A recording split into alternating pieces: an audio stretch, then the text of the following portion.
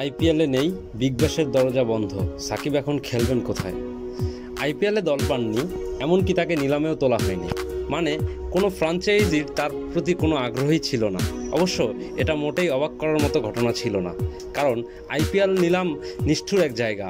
এখানে অনেকের পেছনে কোটি কোটি টাকা যেমন ঢালা হয়, তেমনি অনেককে দেখলে মুখও ফিরিয়ে নেওয়া হয়, সে হোক না অনেক বড় তারকা।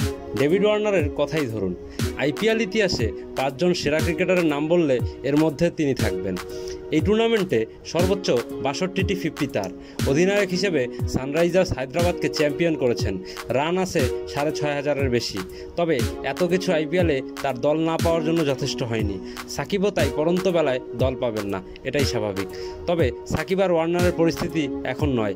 ওয়ার্নার বিগ ব্যাশে খেলবেন, খেলতে পারবেন অন্য যে কোনো লিগে। সাকিব কোথায় খেলবেন? সাকিবের কাছেও বিকল্প আছে অনেক, তবে বেশ কয়েকটি প্রথম সারির টুর্নামেন্টে তার খেলা অনিশ্চিত। আইপিএলের পর দ্বিতীয় সেরা লিগ কোনটি? না, অবশ্যই বিপিএল নয়। মানের দিক থেকে এটা আরও অনেক পিছিয়ে। সাকিবের বিপিএলে দল পাওয়া পুরোপুরি নিশ্চিত, তবে এখানে আছে বড় বিপত্তি। দল পাওয়ার পরও সাকিব বিপিএল খেলতে পারবেন তো? শেখ হাসিনার পতনের পর আওয়ামী লীগের সাবেক এই সংসদ সদস্য জাতীয় দলের হয়ে খেলতেই তো দেশে ফিরতে পারেননি।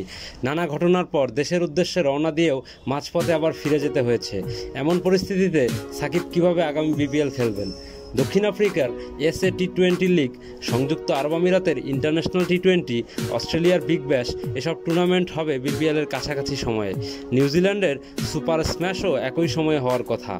বিগ ব্যাশে সাকিবের জায়গা নেই, সেটা শুধু পারফরমেন্সের জন্য নয়। ক্রিকেট অস্ট্রেলিয়ার নৈতিক পুলিশের আপত্তির বিষয়ও আছে। নৈতিক কর্মকাণ্ডের কারণে শাস্তি পাওয়ায় 2020 সালে তাকে লিগে নিতে আপত্তি জানিয়েছিল সিএর নৈতিক পুলিশ। মানে বলা যায় সব মিলিয়ে সাকিবের বিগ ব্যাশের দরজা বন্ধ। সংযুক্ত আরব আমিরাতে ইন্টারন্যাশনাল টি-20 লিগে কোনো দলের স্কোয়াডেও সাকিব নেই। আর সম্প্রতি হয়েছে এসএ টি-20 লিগের নিলাম, যেখানে সাকিব নাম দেননি। সুপার স্ম্যাশের দলগুলো স্কোয়াড এখনও ঘোষণা হয়নি। মোহাম্মদ আরিফ, বন্ধন টেলিভিশন।